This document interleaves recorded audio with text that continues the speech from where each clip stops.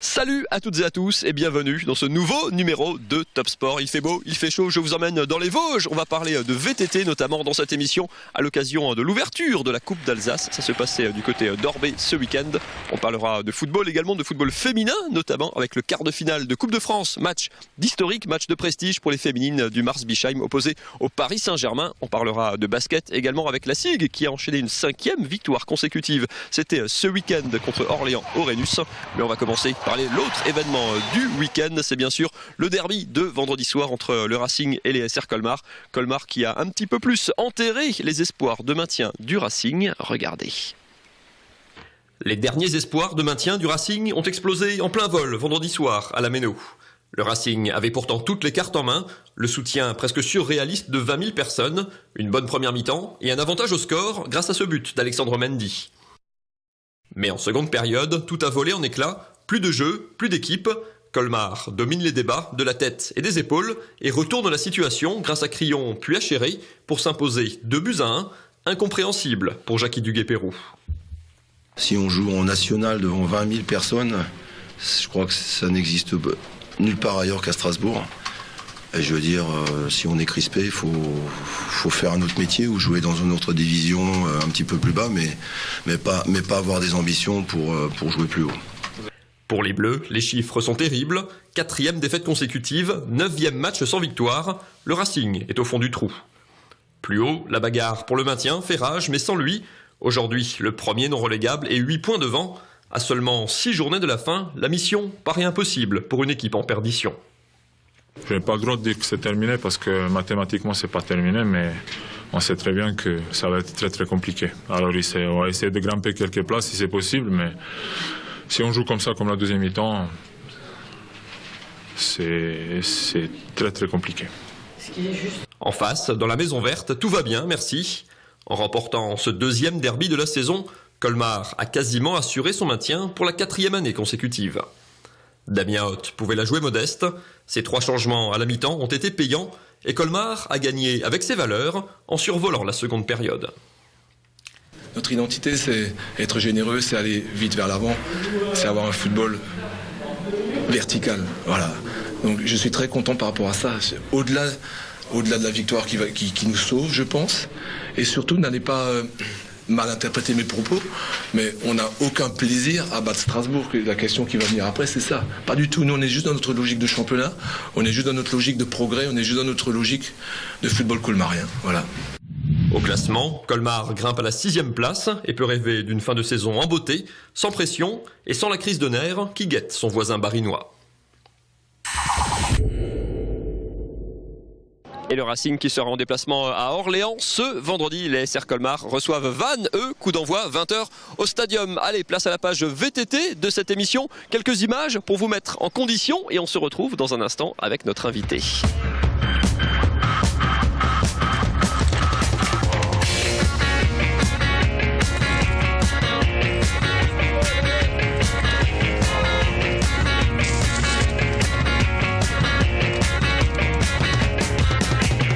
Et pour parler de l'ouverture de cette Coupe d'Alsace, on est avec Jean-Claude Blaise. Alors qu'il y a plusieurs casquettes aujourd'hui. La première, c'est quand même organisateur de cette première manche de la Coupe d'Alsace.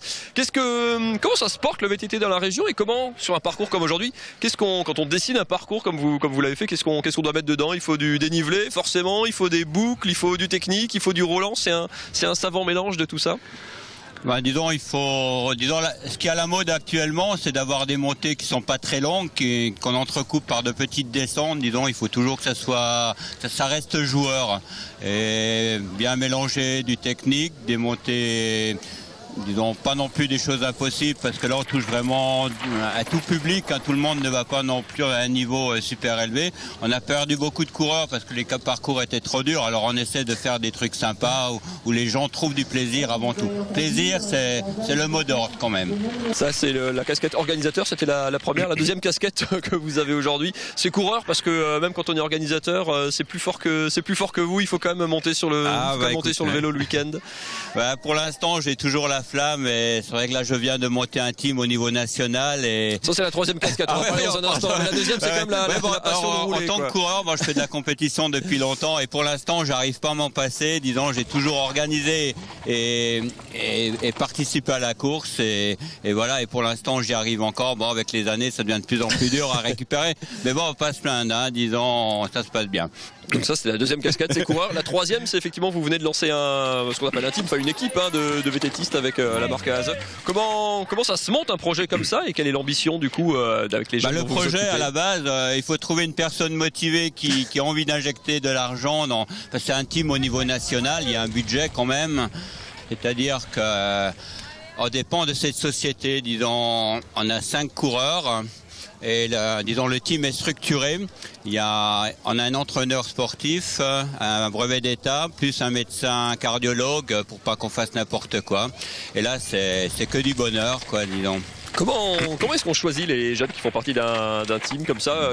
Jusqu'où on les emmène en compétition? J'ai envie de dire géographiquement parce qu'il faut aller loin parfois pour les compétitions et en termes de niveau. L'ambition du partenaire c'était d'avoir une équipe alsacienne à 100%, de donner de la chance à pas aller chercher un coureur qui vient de l'autre côté de la France.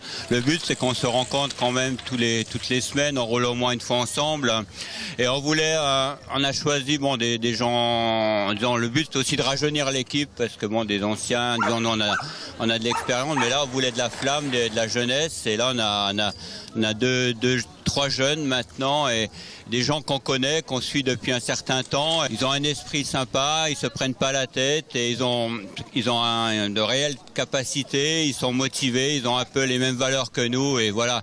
On n'est pas des pros non plus, faut pas qu'on se prenne trop la tête, hein, disons. Mais disons, on fait le métier quand même. Pour terminer, comment ça se porte le VTT dans la région? C'est qu'il y a la concurrence entre guillemets, parce que certains font les deux, de la descente, quel côté est le plus spectaculaire. Il y a les jeunes qui glissent parfois vers comme on a vu avec les sauts sur des trucs un peu plus urbains. Comment se porte le VTT, on va dire traditionnel dans la région? Ouais, le VTT, disons le cross-country, la discipline olympique, elle est dure quand même, il faut beaucoup d'entraînement.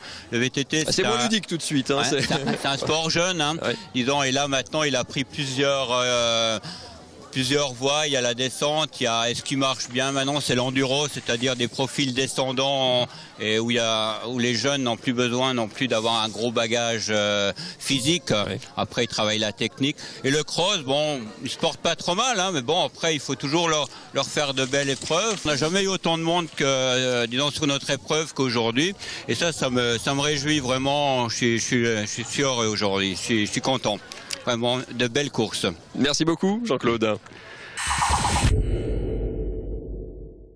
Allez, on va ouvrir la page basket de cette émission avec la SIG qui est décidément en très grande forme actuellement. À quelques matchs de la fin de la saison régulière, les playoffs arrivent donc à grands pas. Ça tombe bien, les Alsaciens sont en pleine bourre. Ils ont enchaîné ce week-end une 5e victoire consécutive. C'est Orléans cette fois-ci qui a fait les frais de la forme des Alsaciens. Nous y étions pour vous regarder. Une victoire, du spectacle, de l'adresse offensive et une belle intensité en défense. La SIG a su marier tous les ingrédients d'un beau succès. Les Strasbourgeois s'imposent 84-67, une 5e victoire consécutive qui leur permet de reprendre à la tête du championnat, mais qui leur assure surtout une place en play-off. Énorme victoire d'équipe encore une fois. Tout le monde a participé à la fête ce soir. Tout le monde a pu scorer, tout le monde s'est fait plaisir je pense. Voilà, donc c'est vraiment important, c'est d'avoir cette cohérence de jeu, d'avoir une équipe avant tout, avant d'avoir des joueurs, des individus, on a une équipe et ça c'est vraiment important et ce soir je pense qu'on l'a encore démontré une nouvelle fois.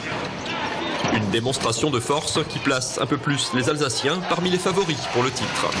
Invaincu depuis un mois, la SIG arrive lancée.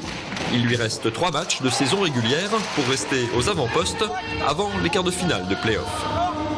Vite retombé, on l'a vu dans notre championnat, il est assez compliqué, assez dense, donc voilà, occupons-nous et on verra par la suite.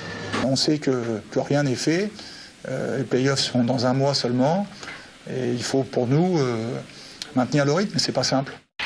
Pas simple peut-être, mais on a connu pire comme problème.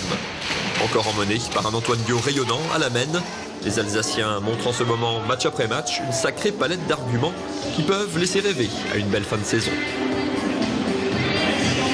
Et il ne reste plus que 3 matchs de saison régulière pour les hommes de Vincent Collet. Le premier, c'est à nouveau à domicile dès ce samedi, la réception de Roanne. Coup d'envoi 20h au Rhenus. Allez, on va reparler de football pour terminer cette émission avec du football féminin, cette fois-ci avec les filles du Mars Bischheim. Elles évoluent habituellement en 2e division. Elles ont réussi l'exploit de se qualifier pour les quarts de finale de la Coupe de France. Le tirage au sort leur avait offert un adversaire de prestige, le Paris Saint-Germain. Le match, c'était ce dimanche après-midi. Le match de toute une saison, le match d'une vie même peut-être pour certaines de ces filles. Vincent Bessières les a suivies. Regardez. Dimanche après-midi, les footballeuses du Mars Bischheim ont été largement dominées par les filles du Paris Saint-Germain. Pour la première fois dans l'histoire du club, elles ont atteint les quarts de finale de la Coupe de France. Score final 9-0, les Martiennes ont toutefois le sourire. Franchement, ça fait plaisir. Il faut voir ça comme ça. On en a bavé, mais on est contente, on a tout donné. On n'était pas ridicule, donc on est contente. Grâce au financement du Qatar, l'équipe féminine du PSG compte à son bord une multitude de joueuses internationales. Elles se sont récemment qualifiées pour la Ligue des Champions et elles restent la seule équipe française à avoir vaincu Lyon depuis 3 ans.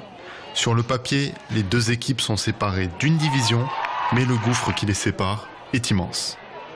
C'est un peu logique, hein. Il y a un gouffre entre la D2 et la D1, on le sait très bien. C'est des filles qui s'entraînent 2 fois par jour, voire 3 fois. Nous, on s'entraîne 3 fois par semaine. C'est des filles qui travaillent toute la semaine. Elles vont au travail, elles s'entraînent le soir. Donc voilà, on sait très bien qu'il y a un gouffre entre la D2 et la D1. Mais voilà, c'est pas grave. Ça nous a fait une belle affiche ici pour le Mars. Durant les 20 premières minutes, les Barinoises ont réussi à stopper les nombreuses offensives parisiennes. Mais suite au pénalty marqué par le PSG à la 22e minute, les espoirs des supporters alsaciens ont volé en éclats. Les Parisiennes sont totalement rentrées dans le match et ont donné une leçon de football aux filles de Bischheim. 4-0 à la fin de la première mi-temps, puis 9-0 après 90 minutes de jeu. Le score aurait pu être encore plus lourd si Aurélie Benoît, gardienne du Mars Bischheim, n'avait pas réalisé un grand match. C'est un match comme les autres, c'est juste qu'il y a beaucoup plus d'arrêts à faire et beaucoup plus de concentration à avoir. Une concentration permanente du début à la fin. Un seul petit moment d'inattention et ça peut être la frappe de 25 mètres et le but, quoi. Donc c'est ça qui change surtout, c'est qu'il faut être vraiment à fond du début à la fin. Malgré un match à sens unique, les Alsaciennes ont pris du plaisir à jouer. Elles ont eu l'occasion de se mesurer à un club historique du football féminin français. Maintenant, retour au championnat de D2 et du derby de samedi prochain contre Vendenheim.